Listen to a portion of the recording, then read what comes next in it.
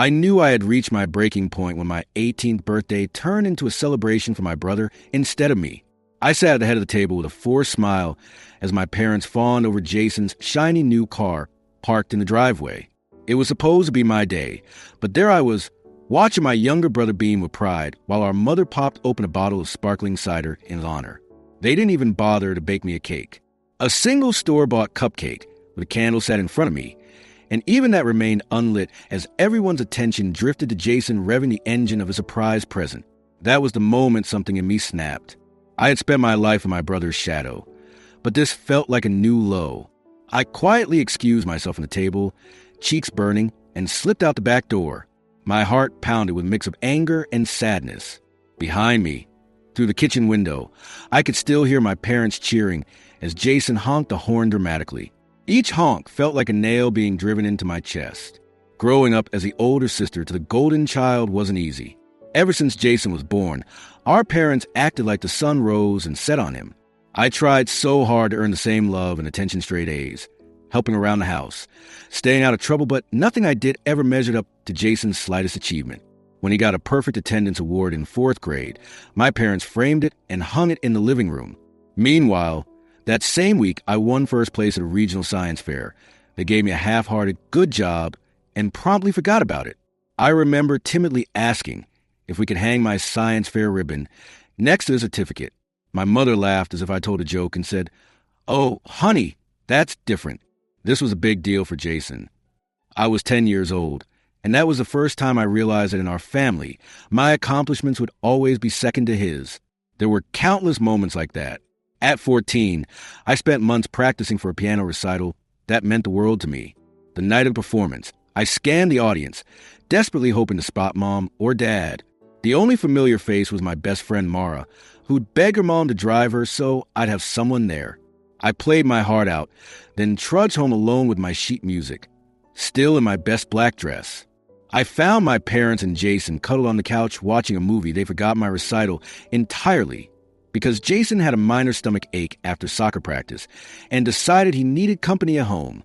I stood in the doorway, sweaty and devastated, waiting for them to realize where I'd been.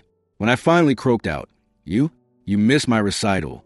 My father sighed and said, "We didn't want to leave your brother alone when he wasn't feeling well. You understand, don't you?" I nodded, choking down the lump in my throat. Inside, something quietly broke. As Jason and I became teenagers, the imbalance only worsened. He's 2 years younger, but you'd think he was the older sibling with how they coddled and praised him. By high school, I knew I had to find my own way. I threw myself into studies and hobbies partly to cope and partly to escape the house. I spent hours at the library or at Mara's place, anywhere to avoid the constant comparisons. If I got an A in math, Jason's A+ in something else was the talk of dinner. If I made the junior varsity volleyball team, Jason making the freshman soccer team was somehow a bigger triumph. Any protest from me was met with accusations of jealousy or not being a team player in the family. One memory stands out. At 16, I saved up from babysitting to buy myself a laptop for schoolwork. It wasn't fancy, just a refurbished model, but I was proud I'd earned it on my own. A week later, Jason accidentally knocked it off my desk, shattering it. My project for chemistry was on that laptop, now in pieces. I expected my parents to at least scold him and help me replace it. Instead, they shrugged it off as an accident and scolded me for leaving it where he could bump it. They said I could share their old computer with Jason until maybe we could afford another laptop for me. Fast forward 2 months. On Jason's 14th birthday, he unwrapped a brand new, top-of-the-line laptop, a gift from our parents, so he wouldn't feel tempted to borrow mine again. Watching him peel the plastic off that shiny new device while I was still saving to fix my busted one was a slap in the face. When I quietly pointed out I also needed a laptop for school, they told me not to be petty and to be happy for my brother's good fortune. By the time my 18th birthday rolled around, I had painfully learned to expect little. Still, some naive part of me held on to hope that becoming an adult might finally change things, that maybe my parents would see me as someone worth celebrating. I didn't ask for much. A small dinner, a cake, maybe a heartfelt card. I even dared to think they might gift me something practical, like a used car, since I'd been saving to buy one for community college commuting. I should have known better. The day started like any other. I woke up to a silent house. My parents had already left for work without a word, and Jason was at a summer school prep class. I made myself a special birthday breakfast, 2 scrambled eggs, and a slice of toast with jam, and tried not to feel too lonely. Mara had left a gift on our doorstep that morning, a cute bracelet and a card that made me smile. I spent most of the day alone, telling myself maybe they were planning something for that evening. When my parents and Jason finally came home, I braced myself for disappointment. They walked in carrying grocery bags. I saw no gift boxes or cake boxes. Mom breezed by with distracted, "Oh, hi, sweetie," before rushing to unload groceries. Dad barely looked up from his phone as he muttered, "Happy birthday, kiddo." Jason at least gave me a quick side hug and a "happy birthday, sis." But even he seemed excited about something unrelated. I caught him smirking to himself, almost giddy. We sat down to what was ostensibly my birthday dinner, though you wouldn't know it from the conversation. My parents kept exchanging these excited glances with each other and with Jason. There was an unlit cupcake by my plate red velvet, my favorite flavor, which gave me a flicker of hope that they had tried in some way. But then my mom cleared her throat. "We have a big surprise," she announced, practically bouncing in her seat. She looked at Jason with a proud grin. "It's for Jason, for doing so well this year." My heart sank into my stomach. Of course it was for Jason. Dad was already pulling a set of car keys from his pocket. He tossed them to my brother with a smile. "Why don't you check the driveway, sport?" he said. Jason shot out his chair, and my parents followed, leaving me sitting alone at the table. It took a moment for my limbs to work. Then I trailed after them. By the time I got outside, Jason was standing next to a used but decent-looking car, practically vibrating with excitement. Our parents were on the porch, beaming as if they'd handed him the keys to the kingdom. Can you believe it? My own car. Jason yelled when he saw me standing there. "This is awesome." Mom turned to me, absolutely glowing. "Now we won't have to drive him to school for senior year. And he earned it with those grades and his varsity letter. Isn't it great, honey?" Her tone dripped with that familiar challenge. Be happy for him, or else. I forced out something like, "Wow, that's great, Jason." But my voice was flat. My hands trembled at my sides. All I could think of was how many times I'd hinted that having a car would help me with college and a job. Apparently, my needs could wait indefinitely. But Jason's wants were addressed at the drop of a hat. Jason had already hopped into the driver's seat to fiddle with the mirrors. Dad laughed, telling him to start up. The engine roared and Jason honked twice, grinning ear to ear. Mom clapped, utterly delighted. Meanwhile, I realized none of them even noticed I hadn't followed them off the porch. I stood there, arms wrapped around myself in the chilly evening air, feeling completely invisible on what was supposed to be my day. Eventually, we went back inside after Jason took a quick joyride down the street. My cupcake still sat there, the frosting beginning to melt. Mom casually pushed it toward me and said, "Go ahead and make a wish before we have dessert." As if that solitary cupcake made up for everything. I had no appetite. I stared at that cupcake, tears pricking my eyes. What was I going to wish for? That my parents would care about me even a fraction as much as they cared about my brother? That I could feel like part of this family, and not a guest at someone else's party? It felt hopeless. But I didn't want to cry in front of them and get scolded for being ungrateful. So I swallowed a lump in my throat, lit the candle myself, closed my eyes and made a silent wish that one day I could be free of this feeling of never being enough. I blew out the candle, one pathetic little candle for 18 years of life, and there was a half-hearted yay from my mom. She immediately began slicing the cupcake in half to share with my dad, like even the token treat wasn't fully mine. We ate dessert in awkward silence. Or rather, they were cheerful, discussing Jason's new car rules and insurance, while I was silent, forcing down each bite around the tightness in my throat. They didn't notice my struggle. After dinner, I slipped upstairs to my room. No one stopped me. "No. Wait, we have something else for you." Or, "Let's at least sing happy birthday." Nothing. I closed my door and finally let the tears fall. Through the floor, I could hear the muffled sound of my parents excitedly talking with Jason about his car, how to register it, when to take it for a spin to his friend houses. Each word pushed me further into a mix of rage and sorrow. I must have cried for an hour straight, cycling between anger and grief. It wasn't just about the car or the cupcake. It was about years of being sidelined, of hearing, "You should be happy for your brother." Every time I dared to want something for myself, I realized I'd hit a turning point. I couldn't spend any more of my life begging for scraps of love and attention from my own family. It was degrading and it was breaking me. That night, for the first time, I started thinking seriously about leaving. College was in a couple months, and I planned to commute from home to save money at my parents' insistence. They didn't want to pay for dorms or let me completely out of their control. But as I sat on my bed, wiping my face and looking at the walls covered in my own art and photos, one of the only places I felt me, I realized I didn't want to stay close. I didn't even want their begrudging help with tuition. I would take out loans, get a job whatever it took to get out from under their roof and their constant belittling. Fueled by adrenaline and hurt, I dug out an old duffel bag and started throwing essentials in. Clothes, toiletries, the small stash of cash from graduation gifts, and my part-time job. I wasn't sure exactly where I'd go that night, maybe Mara's couch, or even sleep in our old family sedan, but I knew if I stayed in that house one more minute, I'd explode. As I packed, my phone buzzed with text from Mara. "How's the birthday?" Call me AAP. She likely suspected the worst and would be furious on my behalf. Knowing someone out there cared gave me a little more strength.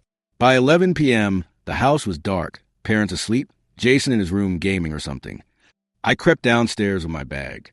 Part of me foolishly half hoped my mom might come out and ask what I was doing, or my dad might appear and apologize.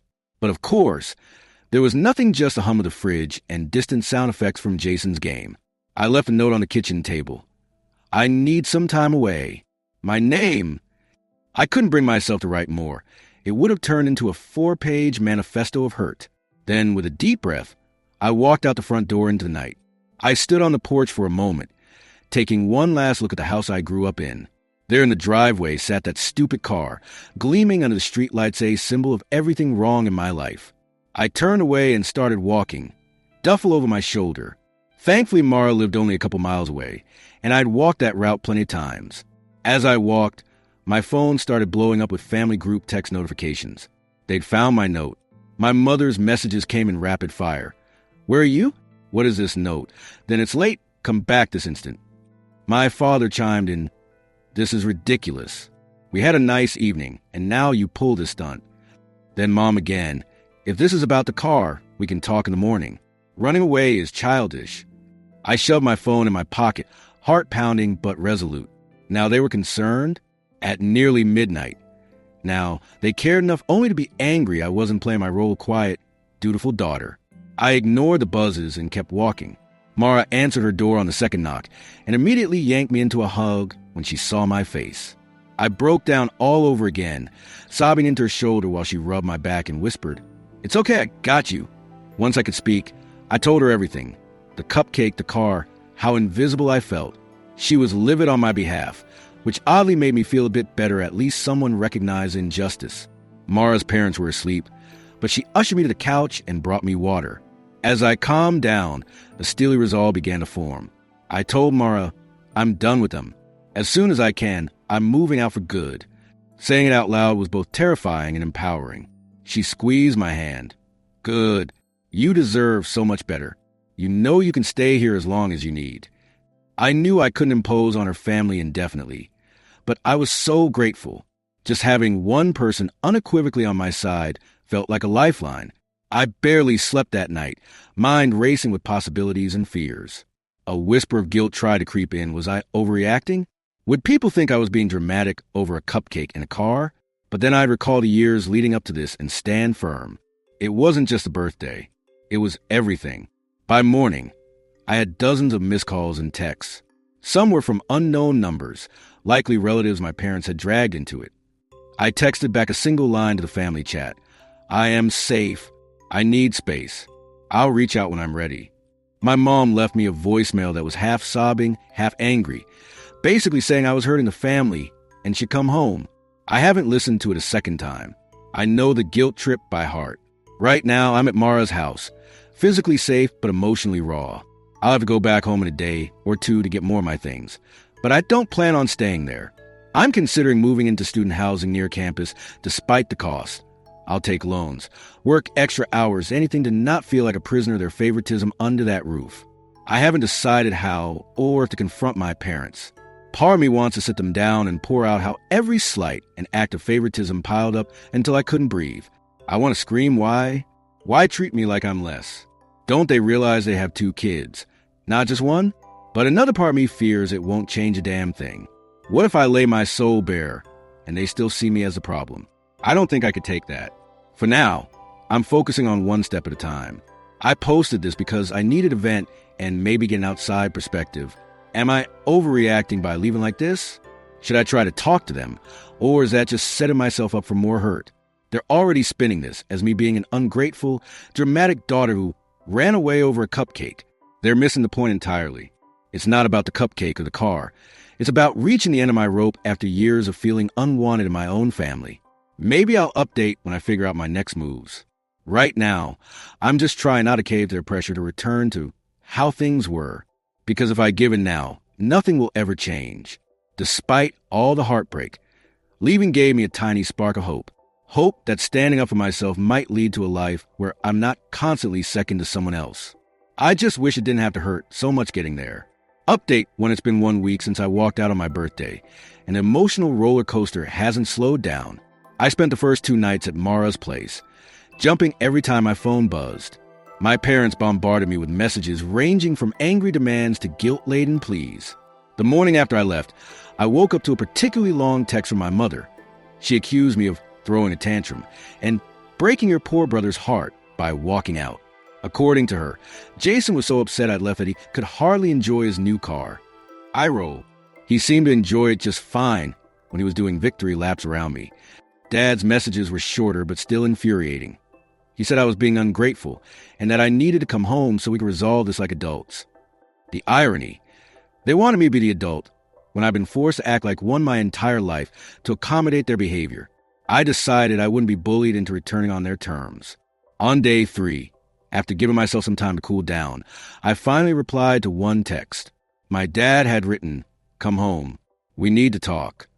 I responded, "I'll come by Friday to talk and pick up more of my things. Mara will come with me. I am not moving back in." Short, clear, not up for debate. The reply came not from Dad, but Mom, almost immediately. "Fine. Friday." That one word told me everything about her mood.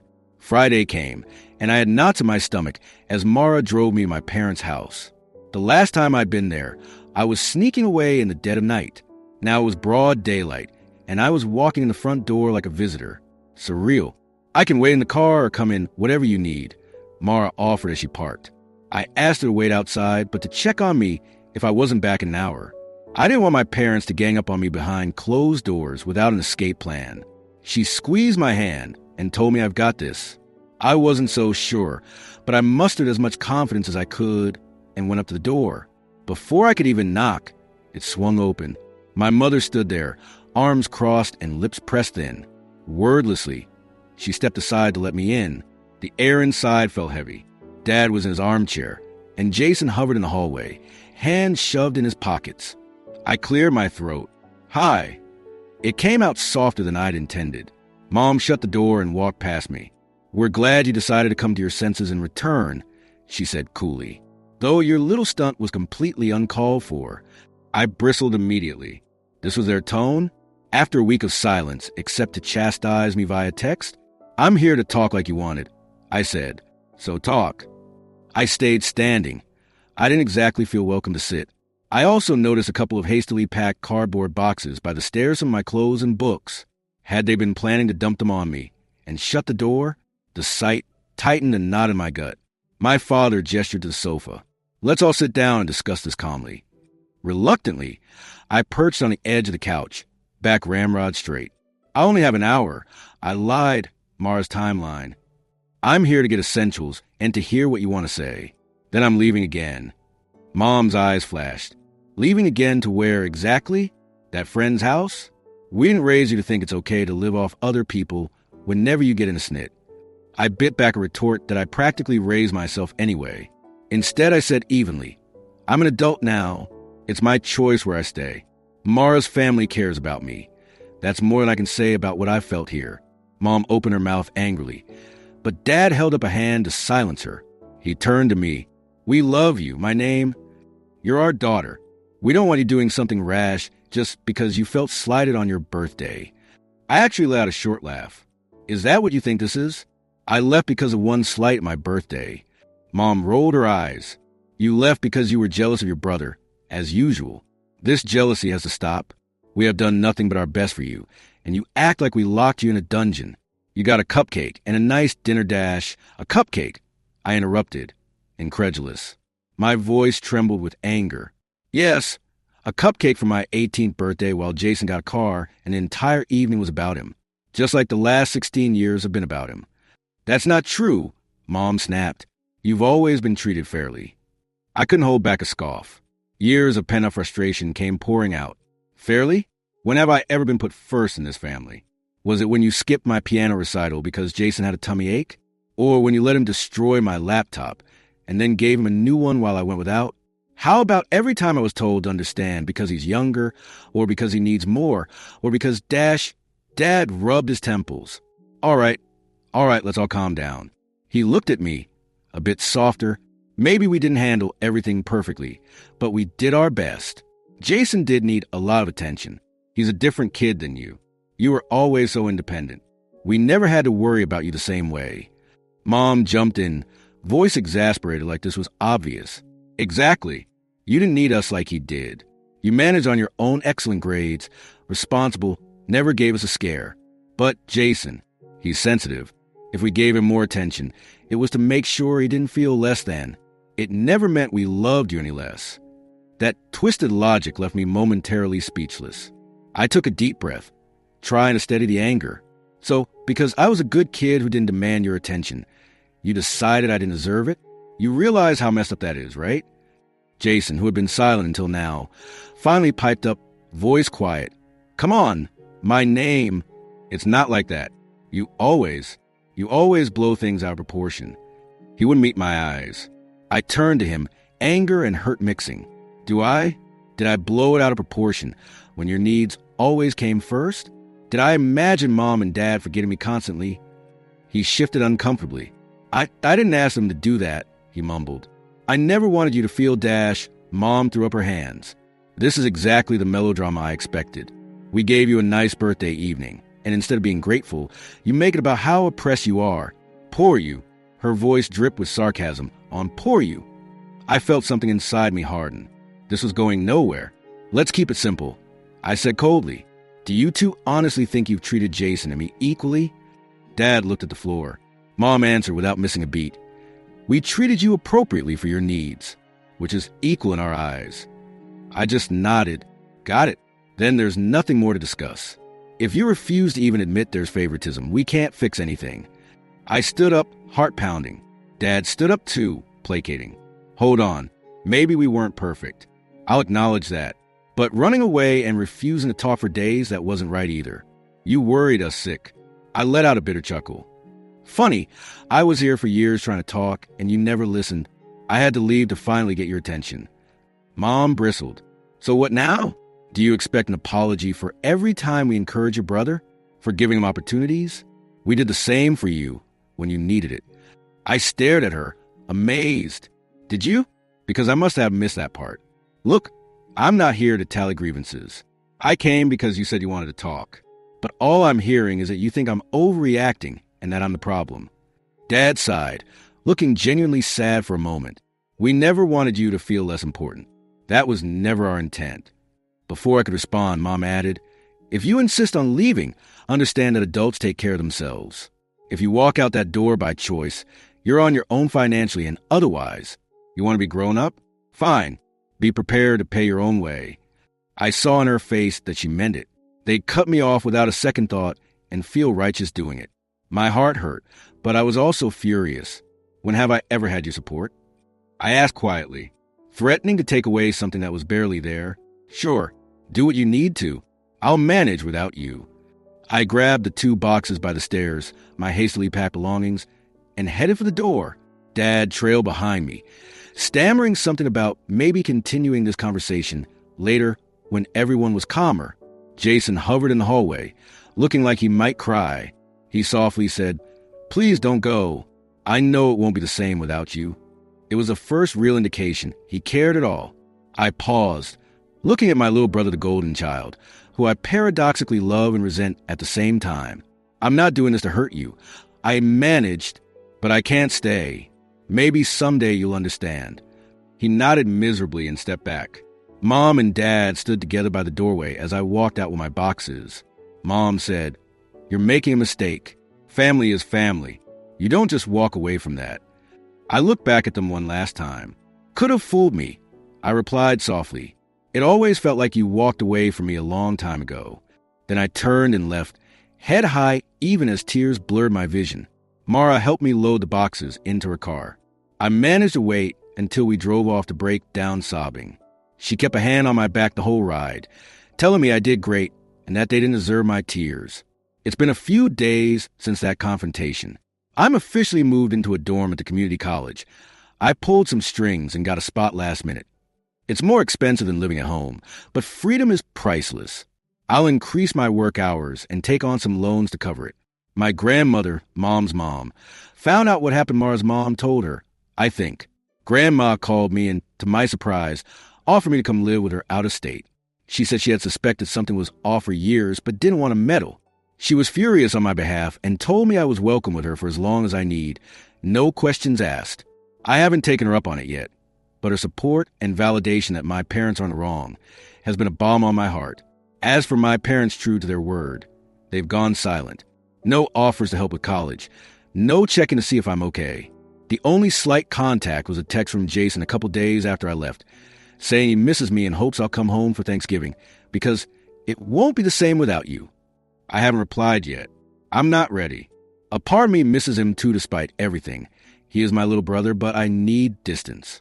Emotionally, it's been hard. I feel relief one moment and crushing sadness the next. I keep reaching for my phone to share some news or meme with Mom or Dad out of habit. Then I remember old habits die hard. But then I recall the look in their eyes when I beg them to see me, and it steels my resolve. I know I've painted a bleak picture, so I want to say there are silver linings. I feel free, truly free, for the first time ever. In my dorm, I decorated my space how I like. I come go as I please. And I don't dread dinner time. I'm focusing on school and my part-time job, and most importantly on myself. I wake up without that heavy feeling of, what will they ignore or criticize today? Do I wish things had gone differently? Absolutely. A piece of me still aches for parental love and approval. A part of me hopes that maybe with time they'll realize what they did, that they'll apologize sincerely.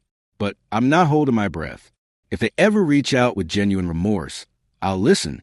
Until then, I'm moving forward. For those who messaged support or shared similar experiences, thank you. Knowing I'm not alone has made this easier. I realize now that being the forgotten child isn't a reflection of my worth. It's a failure on my parents' part to appreciate what they had. I'm not completely okay, yet there's a lot to process, and probably a lot of therapy in my future, but I'm getting there. I stood up for myself, and that's a start. Maybe one day I'll have a happier update about reconciliation or understanding. Or maybe the next update will simply be about me finding peace and success on my own terms. Either way, I'm determined to ensure that being overlooked by them won't stop me from seeing myself.